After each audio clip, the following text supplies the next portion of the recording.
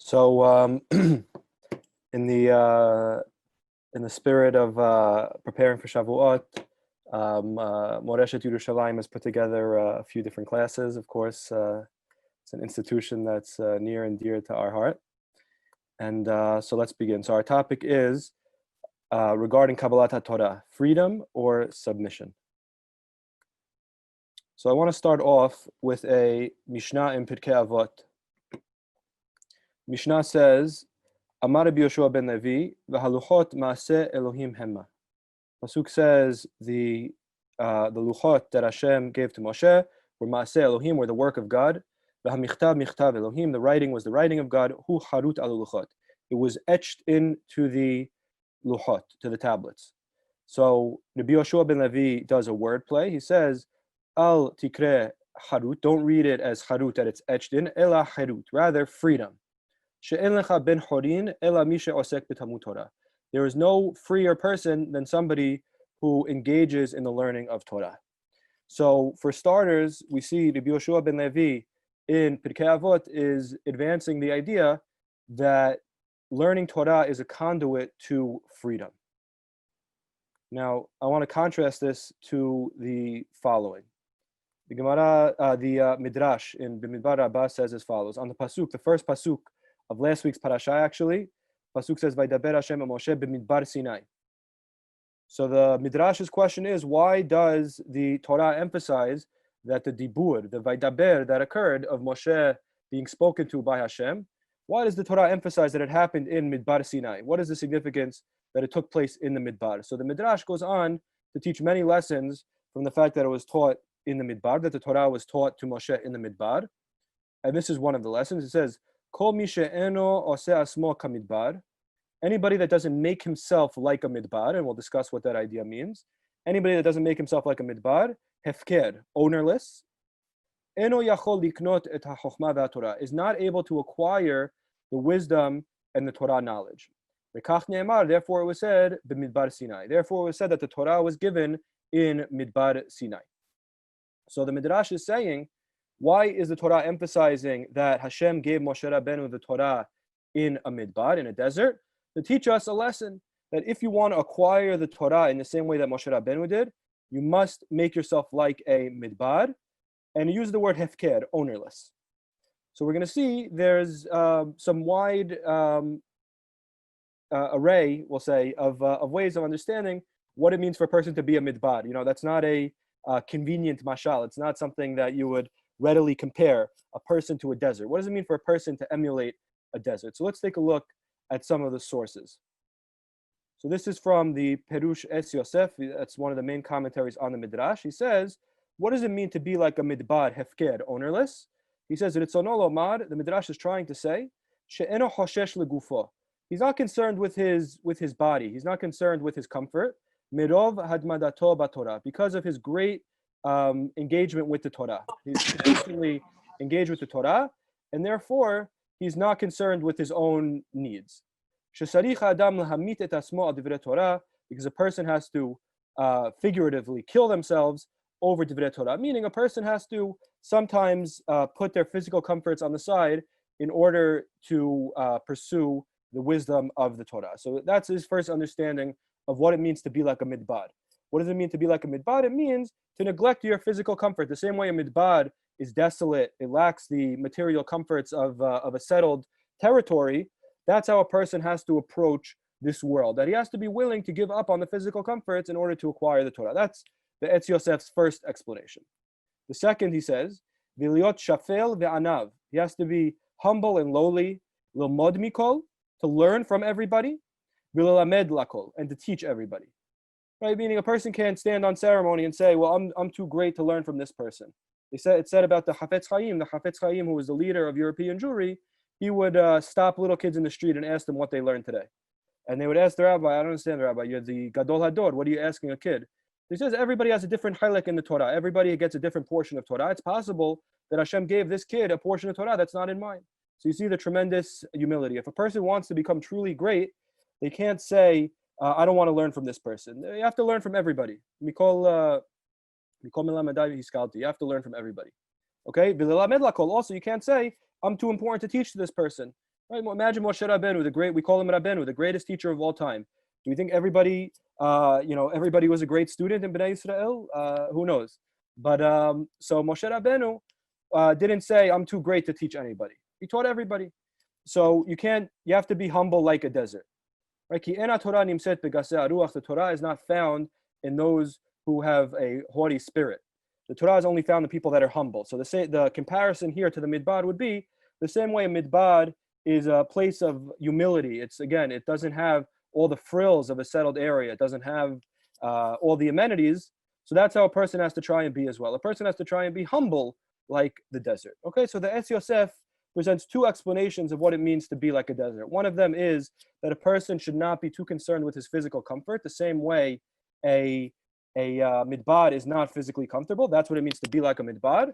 The other explanation he gives is that the same way a midbar, a desert, is humble, a person has to also be humble if they want to acquire Torah. And I want to take a look at the Sfat Emet. The Sfat Emet lived in the beginning of the 1900s, late 1800s. He wrote a tremendous book called the Sfat Emet, very, very famous for its depth of thought. And he has a comment on this midrash, which I think is really insightful and will be useful in understanding our topic for tonight. The Sfat Emet says as follows.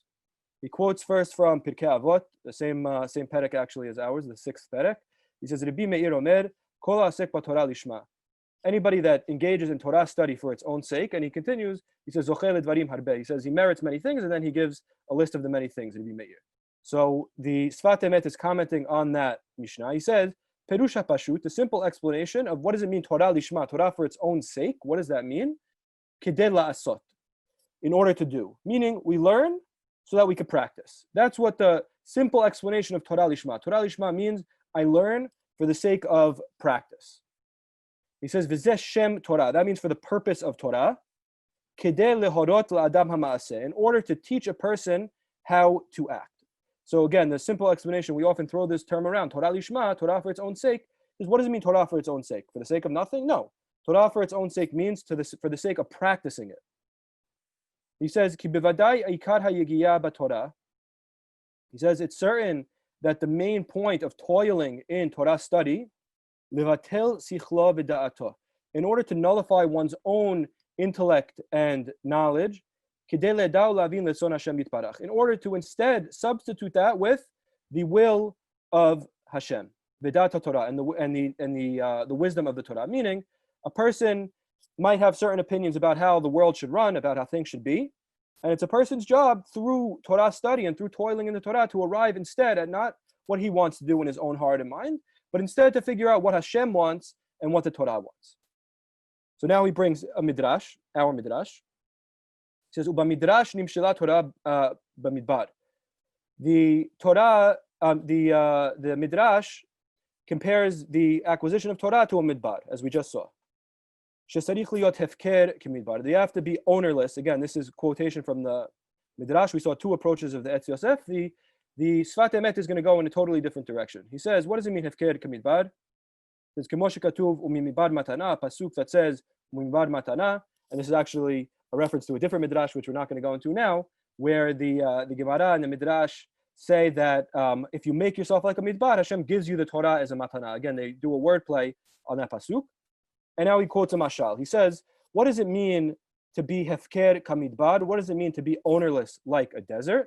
He says, mashal lenasi shenichnas lemedina ubarchu v'chulei midbar v'kibu b'chavod. Okay, so he just quotes it in summary. I'm going to quote the midrash here in its entirety, this mashal that he's quoting. What is this mashal? The pasuk in Yirmiyah says, "Mi tineni b'midbar malon orchim." Hashem says, "I wish I was in a desert, in a place where travelers would stop, at a travel station in the desert, rather than, unfortunately, at the time, than to be with the Jewish people. The Jewish people are very sinful, and Hashem says through the Navi Yirmiyah, I'd rather be in the desert." So explains the midrash. What does this pasuk mean? It says, Hechan she'ayiti mitkales. I want to go back to the midbar because that's where I was praised, Hashem is saying. I want to go back to the midbar because that's where I was praised. Shnei emad, yis'u midbar ve'arav. They quote a pasuk where it says that the midbar raised up. So what does that mean? Hashem was raised up in the midbar. Of course, that's referring to the saga of the Jewish people in the desert. So he quotes the mashal that we just mentioned from the Sfat Emet. He says, "Mashal lenasi shenichnas lemedina." A prince entered into a town, v'ra'u oto bnei hamedina, and the people saw him, ubarchu mipanav, and they ran away from him. Nichnas li'ir achat harava, he went to a city that was desolate, v'ra'u oto bnei hamedina v'kalsu oto, and the residents of that city saw him and praised him. So we have two different cities. We have one city called a Medina, a settled city, a nice city. He entered the city, the prince, and the people ran away. Contrast, we have a city that was desolate, Harava, and when he entered the city, the prince, they praised him. Amar HaNasi, the Nasi said, Zoha ir tovali, says, this is a good city for me. Mikola Medinot, get from all the places, Kan ani boneh li achsanya, this is where I'm going to build my house. Right? He said, I'm going to go where I'm wanted. So in the nice city, they ran away. Okay. Here in this destroyed city, even though it's a destroyed city, they praised me. That's where I'm going to build my house. Kacha kadosh baruch hu. So too with Hashem. Balayam ubarach mipanav. Hashem went to the sea, and the sea ran away, as the pasuk says. Shenemar hayam ra'av hayanos. The sea saw Hashem and fled. So that's the people. That's the beautiful, grand city that the residents ran away. That's the Yam. Ba'al midbar, charav rava. He came to a midbar, totally desolate. The kilsuoto, and the midbar praised Hashem. Shene'emad yis'u midbar va'arav chasedim. The midbar raised up, meaning the midbar, so to speak, praised Hashem. Amar, Hashem said, Zoha ir tovali mikola medinot. This city is the best from all the places. Kan ani boneh achsanya. This is where I want to build my home. So this is the Sfat Emet. Again, he quoted it in summary. I gave you the whole thing. The Sfat Emet is quoting this midrash as a mashal, what we're talking about here. How does it fit in? So he says, what does it mean? What does this midrash mean? And what is that? Now it's two midrashim. We're stacking them up. So we have the midrash that said you have to emulate a midbar. You have to be hefker like a midbar. And we have a midrash where it's pointing out, it's saying that Hashem chose the midbar because that's where he was praised. So what does this all mean? So it says the Sfat Emet. He says, Perush dabar hi manhig umoshel. The root daled bet resh. Dabar means to be led, a leader or a ruler. Umidbar hu liyot nichna tachat hamanhig. The word midbar, which we traditionally translate as desert or wilderness, what does it mean? It means to be underneath, to be submissive to the ruler. So again, dabar, daled bet resh, means a ruler or a leader. Midbar means to be under the rulership of the ruler. So what does it mean to be like a midbar? He says, V'hainu, she'adam mivatel asma, a person has to nullify himself. She'en lo shum koach u'pe'ula b'li hayut Hashem mitbarach. A person has to nullify himself to the point where he understands that he has no strength to act or have any life force except for from Hashem. He says, "V'zeu ha'efresh ben bnei hamedina shebarchu, v'haya lahem gam ken yira mimenu." He says, this is the difference between the people of the city that was settled versus the midbar, versus the destroyed city. The people in the city that was settled, he says, they ran away from Hashem. They ran away from the prince. They also had respect, but they ran away. The fact that they ran away showed that they weren't totally submissive. Because if you were totally submissive, you would just stay put. But they feared him, so they ran away. But they weren't totally submissive, and that's why they had the power, the energy to run away. He says that's what it means when the rabbis say that the goyim refer to Hashem as the God of gods, meaning they have a polytheistic religion where they have some respect for God, but it's in addition to giving respect to other gods, giving respect to themselves. That's their system. About Bnei Yisrael kimidbar. The Jewish people are like a midbar. She'en lahem shum koach v'hanhaga b'fnei atzman kilal. They're like a midbar which has no strength or initiative of their own except for from Hashem. So he's saying, what does it mean to be like a midbar? He's combining these two midrashim. What does it mean to be like a midbar? A midbar means total submission to your leader. Again, he makes a wordplay from dabad, which means to be led. He says midbar means that I'm totally submitting to Hashem. Hefker kamidbar means I'm ownerless. I understand that I have no power other than the power that Hashem gives me. That is how he's explaining this midrash. So again, now we have our third explanation for this midrash, and this is the one that we're going to use. The three explanations we said, we had two from the Etz Yosef. What does it mean to be hefker k'midbar? What does it mean to be ownerless like a midbar? We said the Etz Yosef said either to be to make sure to prioritize Torah over your physical comfort. Alternatively, he said to be humble. And now we have the Sfat Emet giving a different explanation. The Sfat Emet is saying hefker k'midbar means to understand that you're being led by Hashem, and that you understand that all of your strength comes from that leadership, not from your own initiative.